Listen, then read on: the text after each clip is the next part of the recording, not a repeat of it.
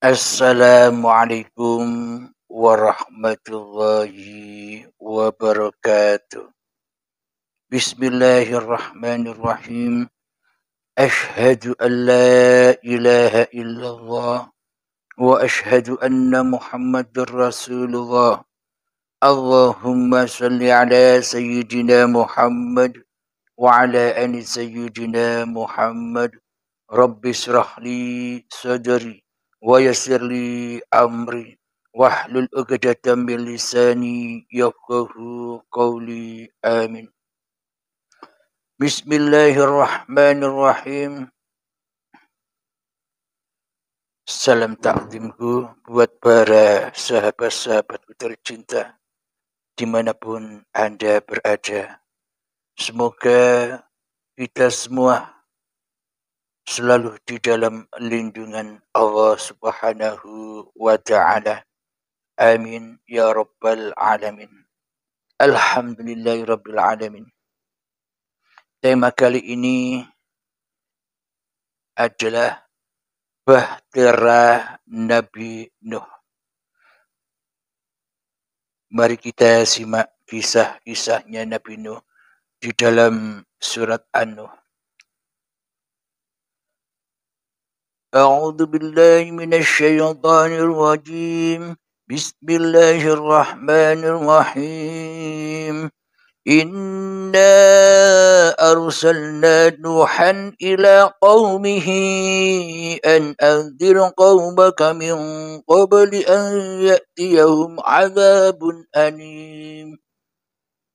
Yang artinya, sesungguhnya kami telah mengutus Nuh kepada kaumnya. Berilah kaummu peringatan sebelum datang kepadanya azab yang pedih. Qala ya qaumi inni lakum nadhirum mubin. Dia berkata, wahai kaumku, sesungguhnya aku ini seorang pemberi peringatan yang menjelaskan kepada kamu. An ya'budullaha wattaquhu wa ati'un. Sembahlah Allah dan bertakwalah kepadanya dan taatlah kepadanya. Yaghfir lakum min dunubikum wa yuakhirkum ila ajalin musamma. Inna ajalallahi idza jaa la yuakhiru law kuntum ta'lamun. Niscaya Dia mengampuni dosa-dosamu dan menangguhkan kamu sampai pada batas waktu yang ditentukan. Sungguh ketetapan Allah itu apabila telah datang tidak dapat ditunda. Seandainya kamu mengetahui. Qala rabbi inni da'autu qaumi laylan wa nahara. Dia berkata, ya Tuhanku, sesungguhnya aku telah menyeru kaumku siang dan malam. Walam yazidhum du'ai ila firara. Tetapi seruanku itu tidak menambah iman mereka. Justru mereka lari dari kebenaran. Wa inni kullama da'awtuhum litaghfir lahum ja'alu asabi'ahum fi adhanihim wastaghshaw thiyabahum wa asarru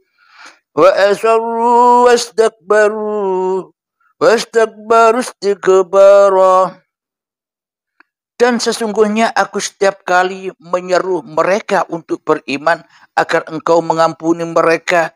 Mereka memasukkan anak jarinya ke telinganya dan menutupkan bajunya ke wajahnya dan mereka tetap mengingkari dengan sangat menyombongkan diri. Tsumma inni da'autuhum jihara. Lalu sesungguhnya aku menyeru mereka dengan cara terang-terangan. Tsumma inni a'lantu lahum wa asrartu lahum israra. Kemudian aku menyeru mereka secara terbuka dan dengan diam-diam. Faqultu astaghfiru rabbakum innahu kana ghaffara. Maka aku berkata, mereka mohonlah ampun kepada Tuhanmu, sungguh Dia Maha Pengampun. Yursilis samaa'a 'alaikum midrara. Niscaya Dia akan menurunkan hujan yang lebat dari langit kepadamu. Shadaqallahul adzim. Bila dibaca semua, kelamaan. Jadi pada intinya, hakikat naik bahtera Nabi Nuh itu yakni seruan Allah kepada utusan-utusannya dan seruan utusan-utusannya kepada umat-umatnya,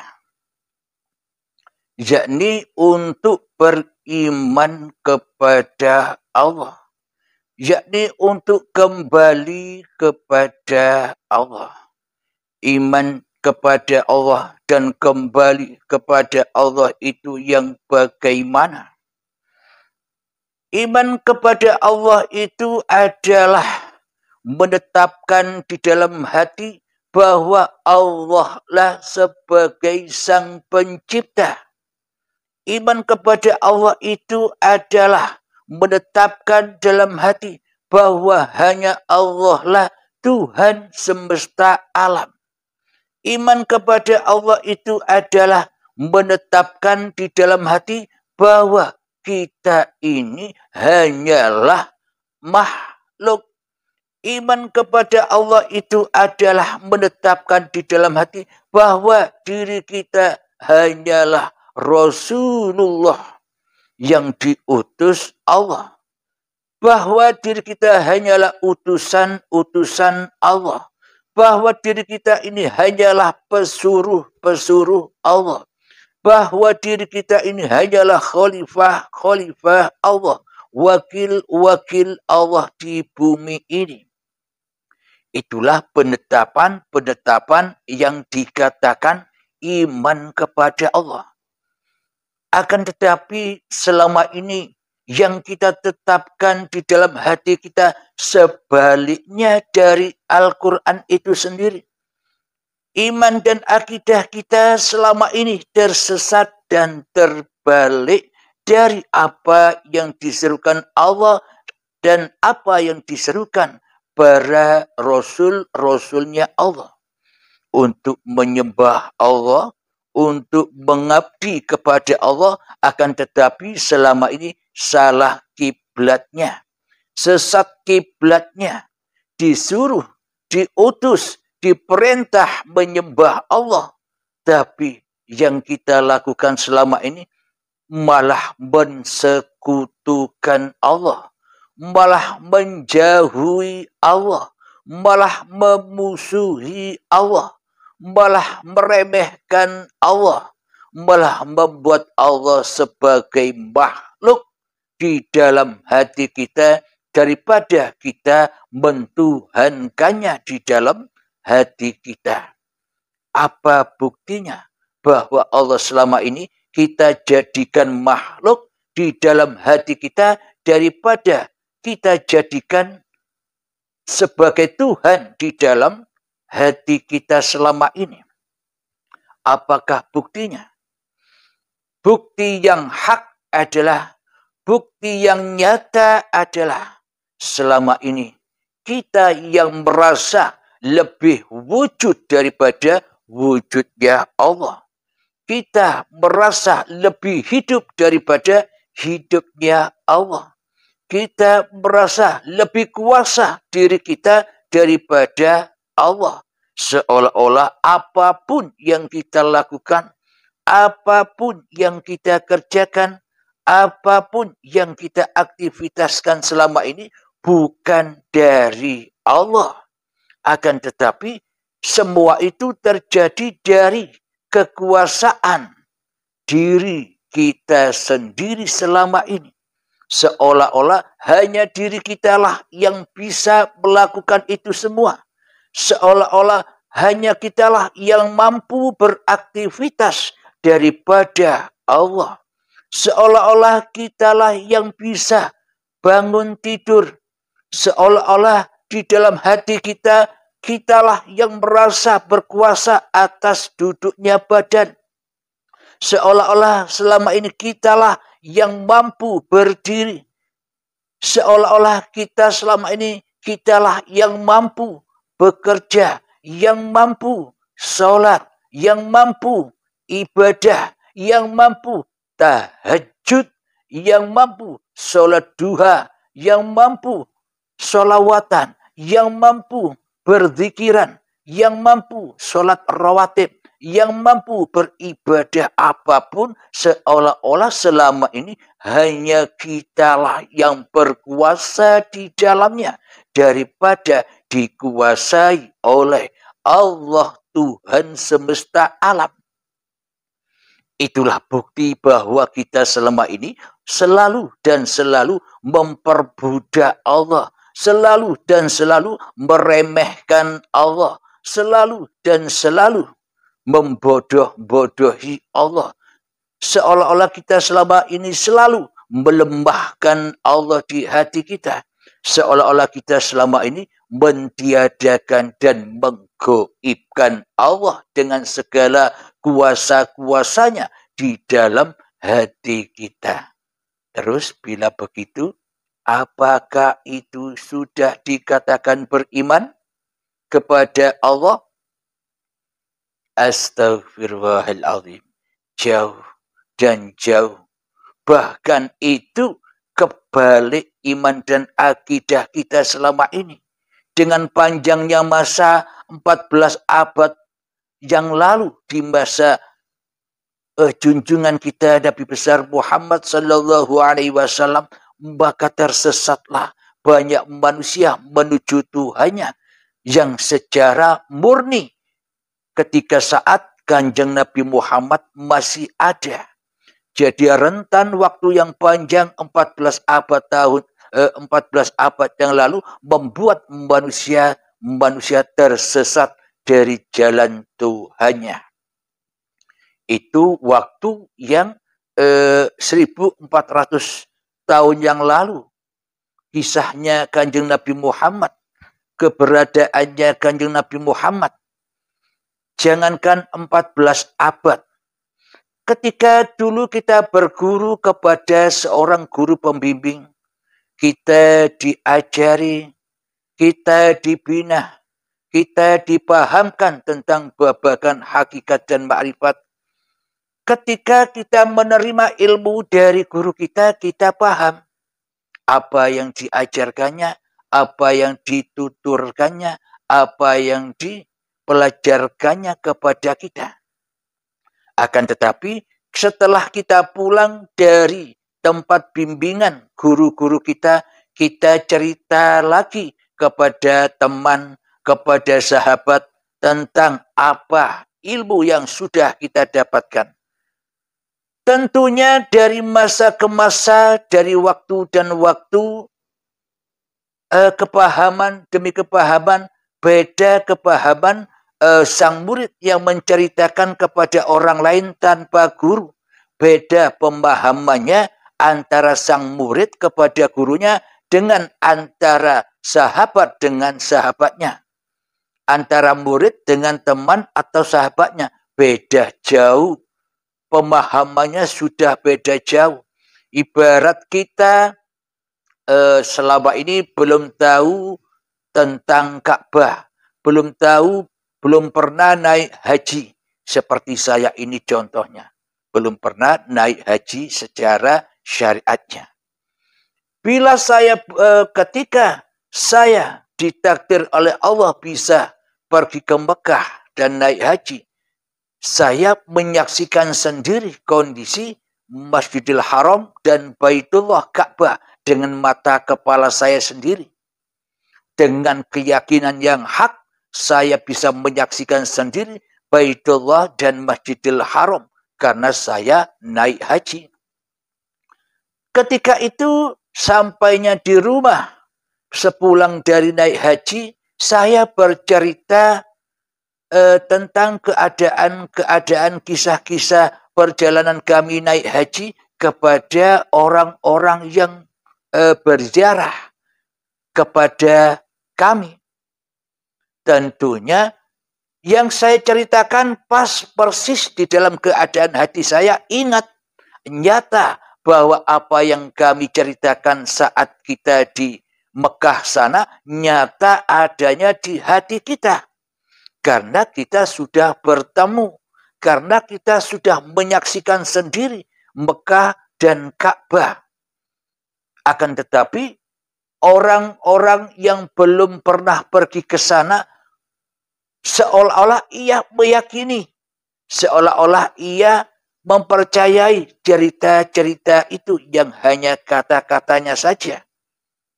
Akan tetapi di dalam hatinya tidak nyata cerita itu seperti kenyataan saya yang bercerita kepada orang itu. Karena saya bercerita tentang keadaan Masjidil Haram dan Baitullah dengan senyata-nyatanya. Karena saya pernah berjumpa, karena saya pernah datang ke Mekah. Akan tetapi bagi orang-orang yang belum ditakdirkan datang ke Mekah, belum ditakdirkan datang melihat langsung Ka'bah Baitullah, maka yang ada ya angan-angan saja, bayang-bayang saja, karena selama ini tidak pernah jumpa selain dari hanya kata-katanya saja. Apalagi orang itu cerita lagi apa yang saya ceritakan kepada orang lain, tambah angan-angan. Ketika cerita ini terus bersambung sampai 14 abad lamanya, ya semua tambah angan-angan, bahkan tersesat dari asal mula cerita itu ada. Maknanya imannya ya tambah kebolak-balik. Ketika manusia belum ketemu dengan siapa yang diimaninya, imannya akan tersesat jauh kepada apa yang diimaninya ketika manusia belum menyaksikan langsung kepada apa yang diimaninya itu. Iman kepada Allah tidak bertemu langsung kepada Allah, ya sesatlah imannya. Salahlah akidah dan apa yang dilakukannya.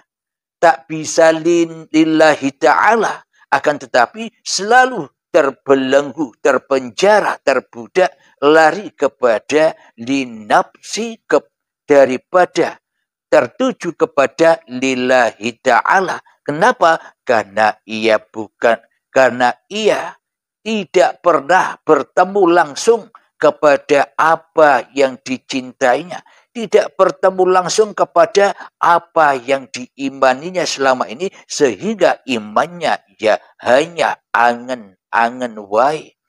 Yang mana dengan angan-angan itu pasti imannya tersesat, jatuh ke lembah hawa nafsunya yang lebih diimani daripada beriman kepada Allah. Hawa nafsunya yang lebih diwujudkan daripada mewujudkan Allah. Hawa nafsunya lebih dihidupkan daripada hidupnya Allah. Hawa nafsunya lebih diuripkan daripada uripe Allah. Hawa nafsunya lebih dikuasakan daripada kuasa Allah. Karena iman kita selama ini hanyalah iman yang angen-angen. Jadi jauh dari iman. Wong kufur kok dikatakan iman. Wong kafir kok dikatakan iman. Hatinya tak percaya bahwa Allah itu wujud kok dikatakan iman. Hatinya hanya percaya yang wujud di dalam hatinya hanyalah hawa nafsunya kok dikatakan iman. Ya ini jauh panggang dari apinya. Jadi yang dimaksud beriman itu adalah kita beriman kepada Tuhan yang telah menjadikan kita. Yang dimaksud beriman itu adalah kita beriman kepada Tuhan yang telah mewujudkan, mengadakan, menghidupkan, dan mengkuasakan kita. Itulah makna hakikat dari Rasulullah. Itulah makna hakikat dari utusan-utusan Allah. Itulah makna dari pesuruh-pesuruh Allah. Itulah makna dari khalifah-khalifah Allah. Dan itulah makna hakikat dari al-insanu sirri wa ana sirruhu. Alhamdulillahirabbil alamin. Jadi itulah kenyataan-kenyataan iman yang selama ini kita ternyata tidak beriman. Walaupun di dalam hati kita ngaku-ngaku beriman. Bagaimana mungkin kita dikatakan iman kepada Allah, sementara di dalam hati kita Allahnya tak ada, Allahnya gaib, Allahnya musnah. Yang ada hanyalah diri kita sendiri, yang ada hanyalah kenyataan diri kita sendiri, yang wujud hanya diri kita sendiri daripada Allah. Apa itu dikatakan iman atau ateis? Coba kita pikirkan sendiri-sendiri. Maka bacalah dirimu. Bacalah apa yang kita lakukan selama ini. Bacalah kesalahan-kesalahan kita selama ini terhadap Allah, Sang Pencipta diri kita. Agar kita bisa naik bahteranya Nabi Nuh. Agar kita bisa naik bahteranya para nabi dan para rasul, agar kita menjadi golongan Rasulullah, golongan utusan Allah, golongan para nabi-nabi Allah, golongan orang-orang yang beriman di dalam hatinya hanya kepada wujudullah, beriman di dalam hatinya hanya kepada uripe Allah, beriman di dalam hatinya kepada hanya kuasa Allah yang terjadi atas dirinya dan atas yang lainnya. Jadi karcis untuk masuk ke dalam bahteranya Nabi Nuh itu adalah husnul khotimah hatinya. Tanpa hatinya husnul khotimah, maka takkan pernah bisa masuk di dalam bahtera takwa, bahtera iman, bahtera mengabdi, bahtera menyembah, bahtera rojaun kepada Allah. Inilah yang dimaksud bahteranya Nabi Nuh. Alhamdulillahirabbil alamin. Siapa saja yang masuk ke dalam bahteranya Nabi Nuh? Diceritakan ada manusia, ada hayawan yang berpasang-pasangan. Yang dimaksud berpasang-pasangan di sini makna mutasabihatnya adalah kebaikan dan keburukan yang berpasang-pasangan, kiri dan kanan, atas dan bawah, taat dan maksiat secara zahir, semua bila itu sudah menjadi husnul khotimah, itulah pasangan yang ahad, pasangan yang sempurna, karena sudah mendapatkan tanda husnul khotimah di dalam hati manusianya. Maka ia dapat menaiki bahtera Nabi Nuh hingga sampai kepada keselamatan menuju Tuhannya. Jadi bagi orang-orang yang sudah berbaiat atau orang-orang yang sudah mati kemanusiaannya, yang bisa kembali atau yang bisa lolos naik kapalnya, lolos naik bahteranya Nabi Nuh. Ketika diri kita masih terombang-ambing dengan angan-angan iman kita setelah mendengarkan paparan-paparan di uripi Allah ini, kita merasa paham, kita merasa mengerti, dan kita mengaplikasikannya di kesetiapan hari kita. Kadang lupa, kadang ingat, kadang lupa, kadang ingat. Ketika lupa, yang lupa masih diri kita. Dan ketika ingat, yang ingat pun ya masih diri kita. Mana ingat hakikatnya kepada Allah?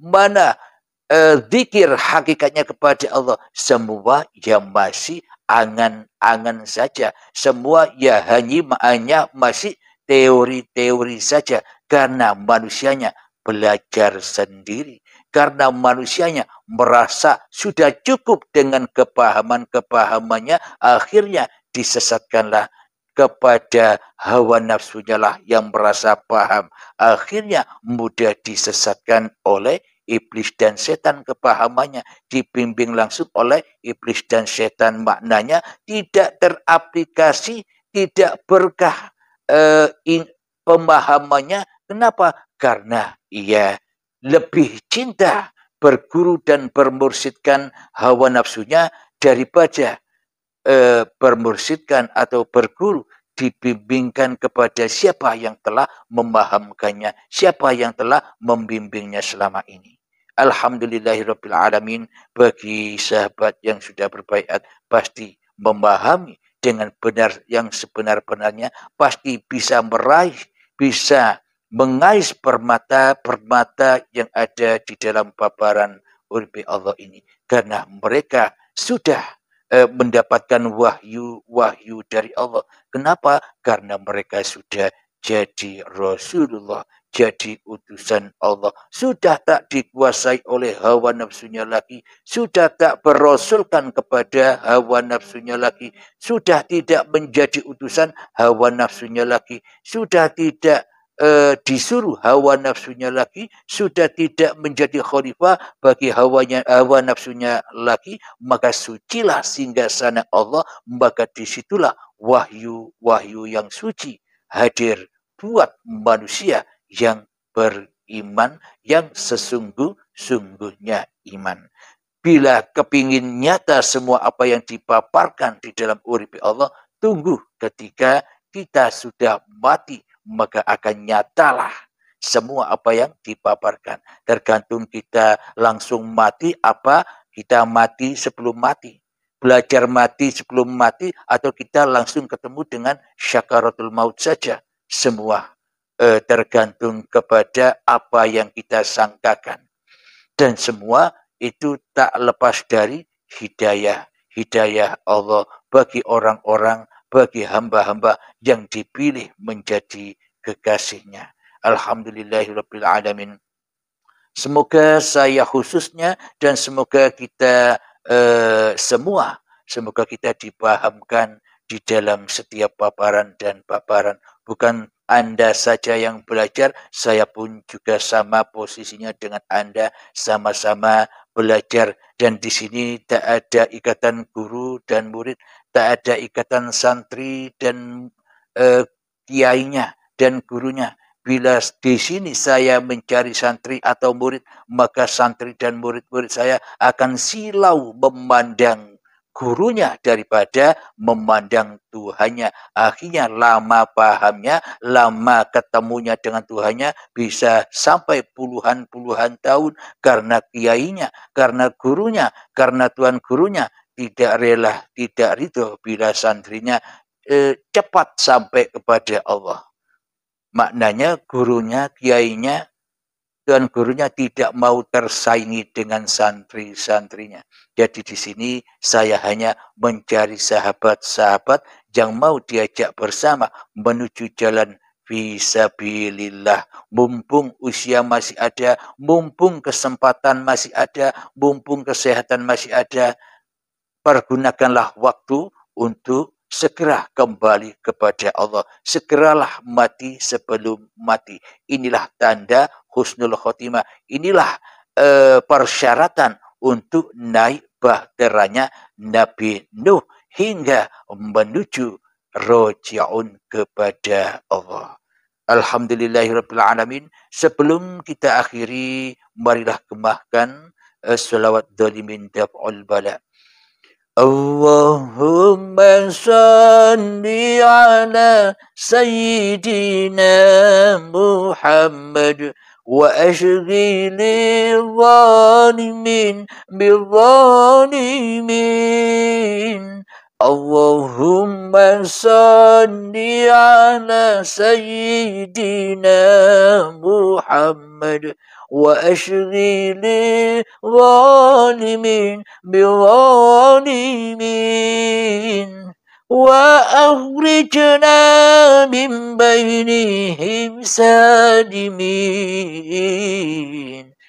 وعلى آله وصحبه أجمعين الحمد لله رب العالمين ربنا آتنا في الدنيا حسنة وفي الآخرة حسنة وقنا عذاب النار وصلى الله على سيدنا محمد وعلى آله وصحبه وسلم والحمد لله رب العالمين الفاتحة.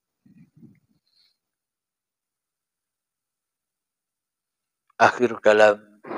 Assalamualaikum warahmatullahi wabarakatuh.